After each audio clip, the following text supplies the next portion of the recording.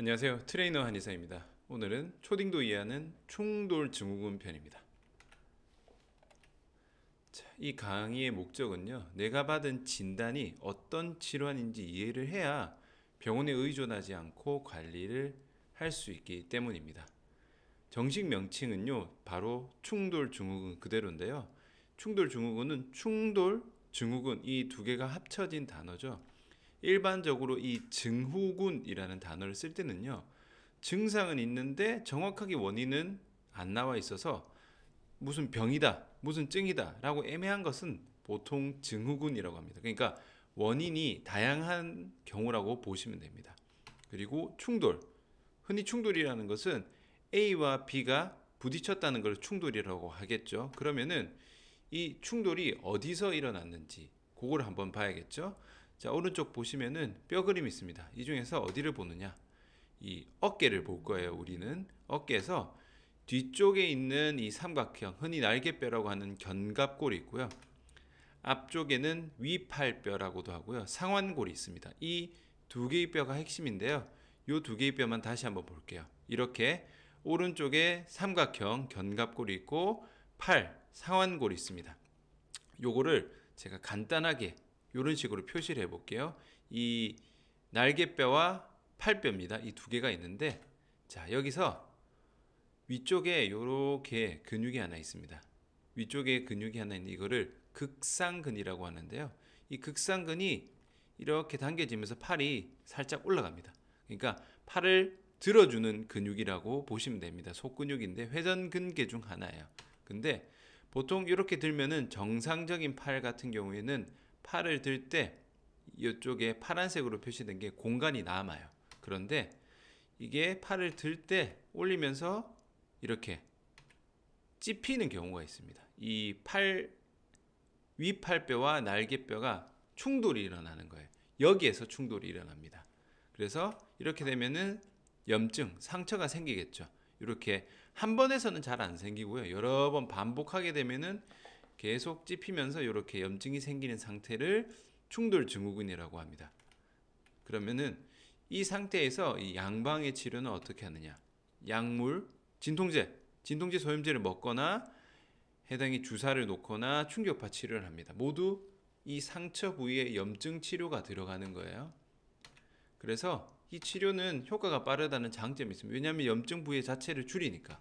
근데 단점이 뭐냐면은 결과만 해결할 뿐 원인은 해결하지 않아요. 이 말이 무슨 말이냐면은 충돌이 되는 상황 자체를 해결해 줘야 재발을 안 할 텐데, 그냥 충돌되어 있는 그 염증만 치료하면은 시간 지나면 다시 재발을 할 수밖에 없는 거예요.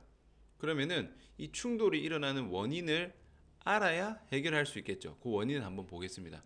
우리가 흔히 팔을 든다고 할 때 그냥 단순하게 봤을 때는 이렇게 팔만 든다고 생각을 하실 거예요. 근데 실제로는 이 팔을 들 때는요, 요렇게 날개뼈가 같이 움직여줍니다.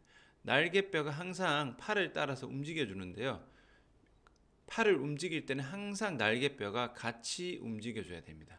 그런데 여기서 날개뼈가 굳어서 잘 안 움직여요.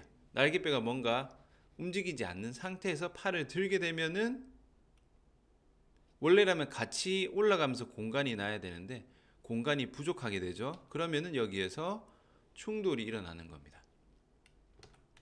그래서 핵심은 사실은 날개뼈예요.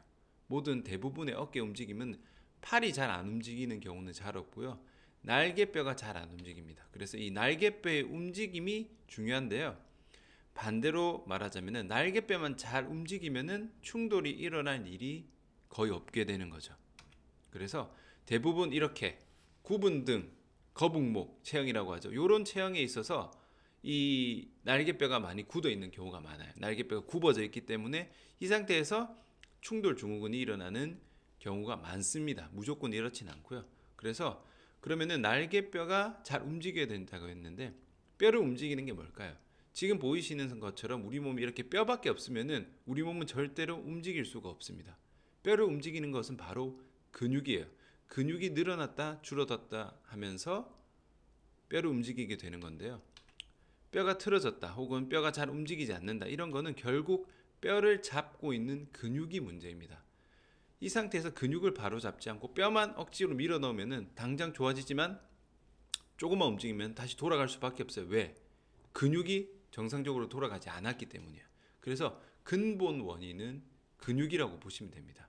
그래서 통증의 99%는 어디다? 근육에서 시작을 하는 거야. 그러면은 날개뼈를 잡고 있는 근육을 알아야 날개뼈를 제대로 움직이게 할 수 있겠죠. 그런데 이 날개뼈 주변의 근육을 보면은 이렇게 굉장히 복잡하게 겉근육도 있고 속근육도 있고 되게 많아요. 사실 이거를 바로 체크하기는 일반인이 집에서 체크하기는 조금 힘들어요. 근데 이렇게 날개뼈 주변에 다양한 근육들이 있는데 근육이 하나만 고장나도요 전체의 움직임이 고장날 수가 있습니다. 왜냐하면 근육은 동시에 여러 개가 사용되기 때문에 하나만 고장나도 다 틀어질 수가 있어요. 그래서 결론은요 이겁니다. 그러니까 날개뼈 움직임으로 봤을 때도 날개뼈 주변 근육이 정상적으로 잘 작동하는지 체크를 해야겠죠. 그게 근육 검사입니다. 그래서 근육 검사를 하고 문제가 있는 근육을 찾아서 근육 치료가 돼야 근본 치료가 될 수 있는 거예요. 근데 잘 모르겠고 나는 집에서 그래도 날개뼈 운동을 좀 하고 싶다 하면은 집에서 할 수 있는 날개뼈 운동이 있습니다. 지금 보여드리는 그림은요 날개뼈 움직임을 나타낸 거예요. 그러면 왼쪽 위에서부터 볼까요?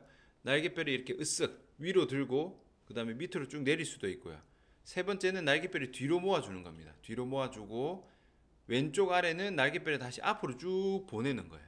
그리고 밑에는 팔을 들었다 내렸다 하는 건데 충돌 증후군이 있는 상태에서는 이렇게 돌리는 동작은 오히려 무리가 갑니다. 그래서 이 동작을 빼고 나머지 4개 동작을 움직이는 거예요. 팔을 움직이는 게 아니라 날개뼈를 움직여주는 게 핵심입니다.